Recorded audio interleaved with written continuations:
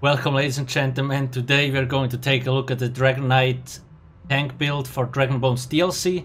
This is a dungeon and trials build. I do have a written guide on my website, I will put the link into the description. Now, Dragonknights are probably the most used setup, especially for wet trials, because they are kind of the tankiest setup. Why, I will show you in a second. Also, resource management is easier than on most other classes. As you see, we have pretty nice stats, a lot of health, magicka stamina, 27 resistance, 25k physical resistance, ear spell and physical. Now we are using the Lord Mundus Stone to give us more max health. We are a vampire because of the undeath passive. Now just keep in mind, if you're a vampire, you will take increased fire damage. So if there's a lot of fire, maybe tone it down. Otherwise, you might get one shot or whatever, especially if you're not blocking. Buff food wise, use Tri-Stat and also Tri-Stat potions. The best race is Argonian. We have 5% better healing, then you get 9% max health. And when you drink a potion, restore 4.6k health, magic and stamina. It's just so strong. When I just look at my magicka, it's about the same for stem. When I pop this here, bam, it basically restores like 70% of my stamina, magicka. So that's why Argonians are favored, because managing, especially your stamina, is just way easier with them. Nonetheless, Imperials, Redguard, Kashyyyk, Orcs also work, but then again, Argonian is definitely better. In terms of sets, there is a lot of good choices. Now here I do have a trials setup. I do have more options on my website, like if you don't have Alcast yet, for example, I have like Toruk's Pact and all that kind of stuff on my website. Also make sure, do not forget to subscribe, more videos in the future. So, let's start with Ebon. Basically, 5 pieces Ebon, this is a very good set. It kinda makes the survivability of your group easier, because everybody has more health. If you combine that with aggressive Warhorn, everybody should be between 18 to 20k health, which is really nice. Second set uses Bloodspawn. Now this is nice because it gives you faster ultimate regeneration. Therefore you can use your ultimates more often, which indirectly buffs you because Battle Roar, more sustain. We'll get to that in a second. If you want, you can use other sets, monster sets here, it's no problem. The second set is Alcast. Now this is quite difficult to get, so like I said, if you don't have access to that yet, you can run Ebony Jewelry here, and then Toruk's Pact weapons and armor, for example. Make sure you have free block cost reduction, because if there is a lot of enemies on you, blocking becomes quite expensive, but with free block cost reduction, like shield play enchantments, it actually will still be kinda easy to sustain. In terms, also make sure to have 5 heavy, 1 medium, 1 light, because of the Undaunted passive. Gives you 6% more max resources if you have like 3 different types of armor slotted. It's very important. Next thing, like chest reinforced. All the small pieces sturdy with health enchants. And then pants, head and shields infused with Tri-Stat. It's kind of the best setup, at least I think so. If you need more sturdy, you can run more sturdy, but I don't think it's necessary. We also have a lot of champion points. We'll get to that in a second. Now here, very important, as you can see, Alcast in general is a very strong set, as long as you are provided with synergies. Now Zenimax kinda made synergies more reliable, so it will be easier to actually activate synergies. Therefore, Alcast is actually quite good. Actually, really good.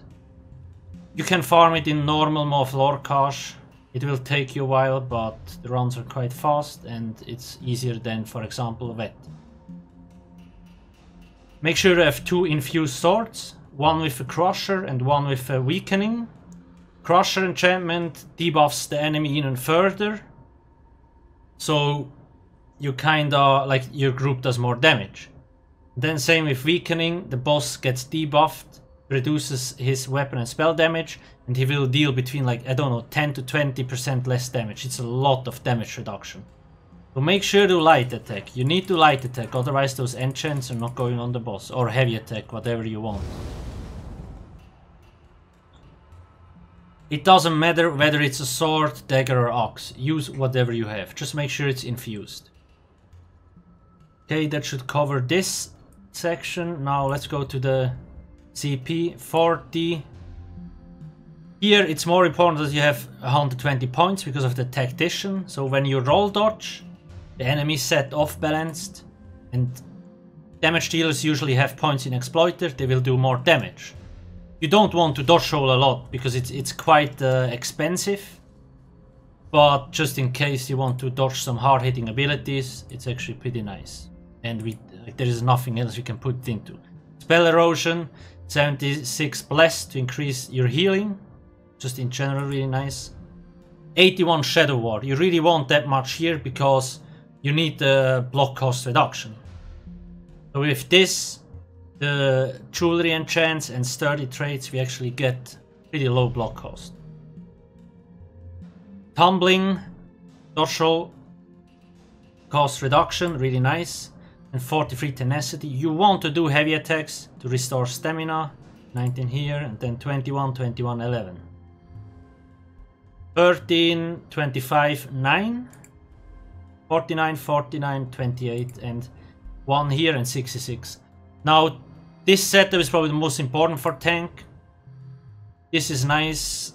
Like, your most important ones are Hardy, Elemental Defender, and Ironclad. Because a lot of the damage that you get is direct damage, so you really need to make sure to have at least 66 points in here. I also do have a 300 seat piece setup on my website in case you're not maxed out yet. Next thing, skills. Just a few passives that I want to mention that are very nice. Let me actually go through those here. Increases the amount of damage you can block by 10%, so that's a really good ability for a tank. Now, if you, like, while a draconic power ability is active, your healing is received is increased by 12%, so this holds for 23 seconds. As long as this is active, you basically get 12% more healing, so really nice. And you get more spell resistance. Orphan Heart, now here is the really juicy stuff. This here, Battle Roar. When you cast an ultimate ability, you restore 54 health, 46 magic, and 46 stamina. So basically this times 200, and that's just so much. That's so much resources you can regain. It's basically impossible to run out of stamina, and that's why one of the main reasons you mostly see Dragonknight tanks in Vet Trials on top of the Magma Shell. So when you use a ulti, you get a ton of resources, then when you're Argonian or use a potion, you get another ton. So you basically can rotate ulti and potion, and you will never run out of sustain. It's basically impossible. Another thing, Mountain's Blessing also gives minor brutality to the group and gives you a little bit ulti. Helping Hands, every time you activate the Orphan Heart ability, you restore 1k stamina. So every time you use Igneous Shield, we get stamina back, basically. This is very nice. Let me just quickly show you when I use a few abilities. Now I'm blocking, so I'm not restoring any stamina. Then I'm using this, and you see it's going up. You see the shield is pretty big as well, 11.5k, so you can absorb a lot of damage with it. Really nice. We'll get to that in a second. Other than that, make sure to have all passives here in one hand and shield. Heavy armor, medium armor, windwalker, light armor, evocation. I do have all passives listed on my website. Vampire, Mages Guild, Fighters and Mages Guild, possible, Undaunted, and then the racial, and very important, alchemy. Medicinal use. Your potions will last longer this way. You really need this. Now in terms of abilities, there is a lot of really good combinations. That's why Dragonknight tanks are also just so strong. You have green dragon blood. See, draw on your draconic blood to heal for 39% of your missing health. So if you really drop low on health, you heal so much with this. If the healer is maybe busy doing something else and the boss is about to rip you, just wait and then like you can, and you see, you get back so much. It also can crit, so it's just very nice. And then you also gain minor vitality, increasing your healing received by 8%. So it's just overall, you get 8% from here. The passive that I mentioned. Where was it?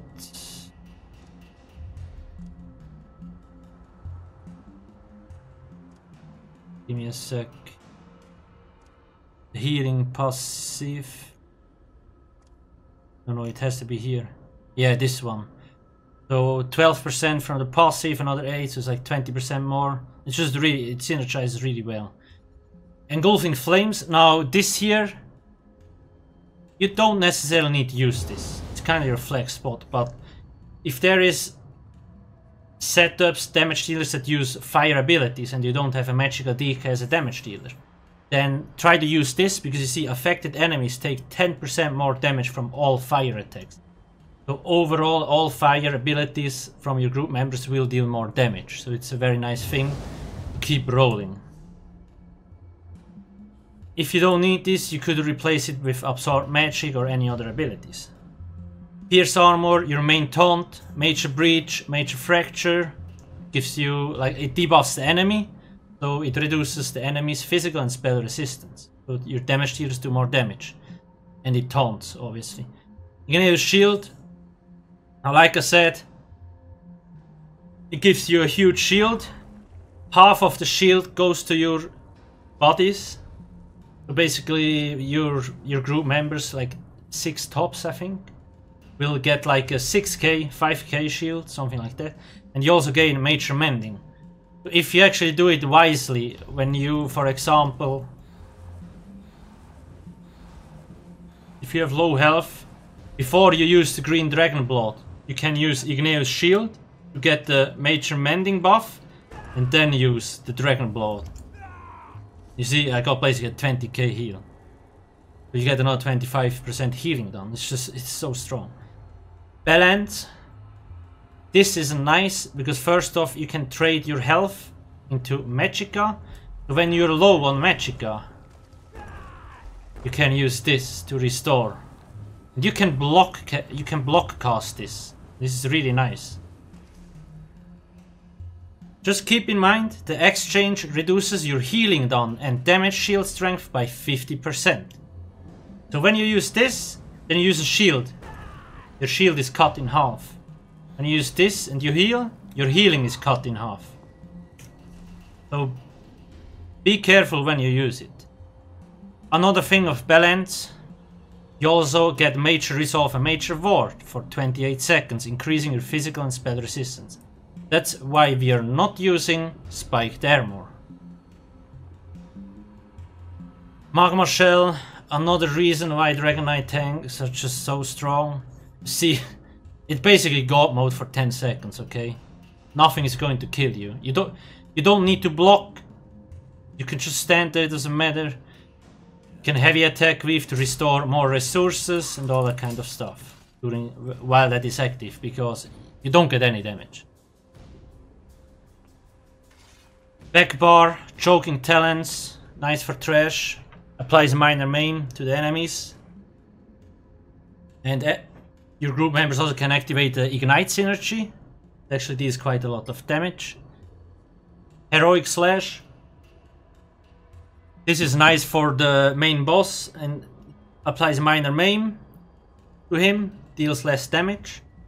And basically here 15%, and when we activate the weakening enchant, it's like 30% less damage. That's why I say those enchantments are very important. Minor heroism, granting you 1 ultimate every 1.5 seconds, so you also get faster ultimate regeneration. So in total you have like here faster ulti, then you also can let this proc, so you generate 3 ultimate points every 6 seconds. It's just very nice. On top of that we have blood spawn, really cool. Next thing, inner rage. This is here to range taunt. Only use this if there's no other option. Otherwise use pierce armor, because this has a debuff attached to it, this not. Unrelenting grip. This is here to chain enemies to you, if they can be changed. And if they cannot be changed, the chain doesn't cost anything. You see, I basically get the cost back. So it's really nice.